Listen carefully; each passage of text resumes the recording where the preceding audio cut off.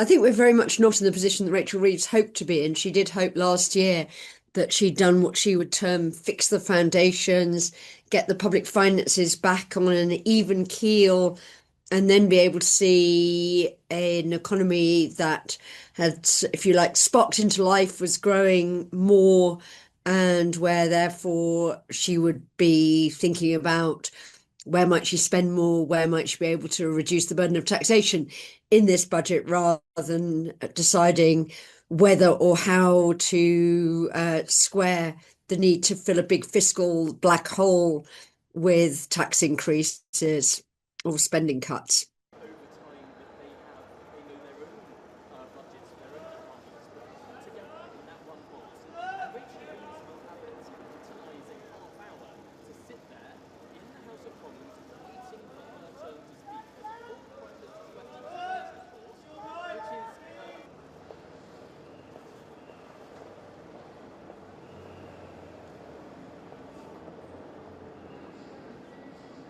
Her strategy either is to break one of the big manifesto pledges, which were not to raise income tax, value-added tax, or national insurance contributions, which she's now defined as being national insurance contributions, which are like a sort of, not very good income tax on employees predominantly, or to go for what people are referring to as a smorgasbord approach.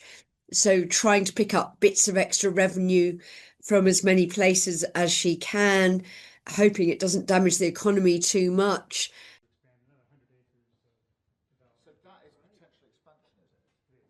And that every other year you're tending to put in more and more new attractions. Even when you look at that, image over there, you see the green space. The green space within the park itself. So your railway will be coming in here.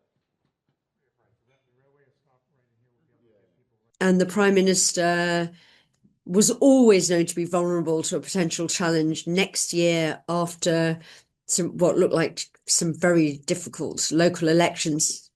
Both Starmer and Reeves are really unpopular in the polls, but a couple of weeks ago, a rather ham-fisted attempt to flush out conspirators by Number 10 seems to have rebounded to undermine Keir Starmer's position. They may be hanging on for now, but I don't think people will be giving you great odds that they'll necessarily last the course of the Parliament.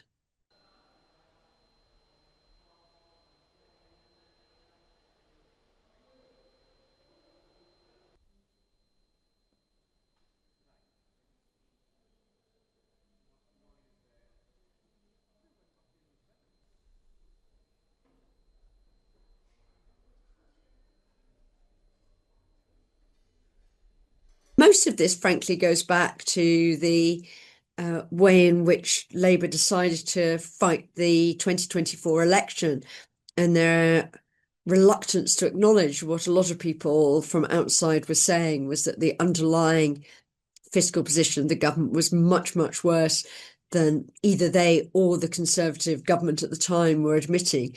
And that is why Labour went in and fought on a manifesto ruling out significant tax increases. And basically that's put the government, if you like, behind the curve from day one.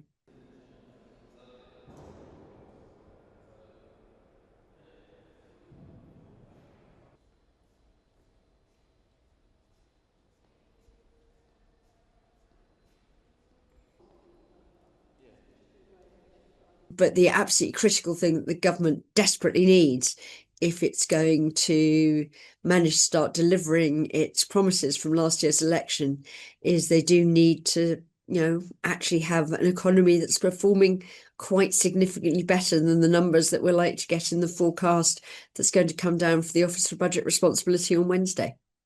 On rights at work, on health and in our schools, on the safety of our streets and the strength of our communities, on energy security and on national security. The clue is in the name conference. That party, the party of working people, is the Labour Party.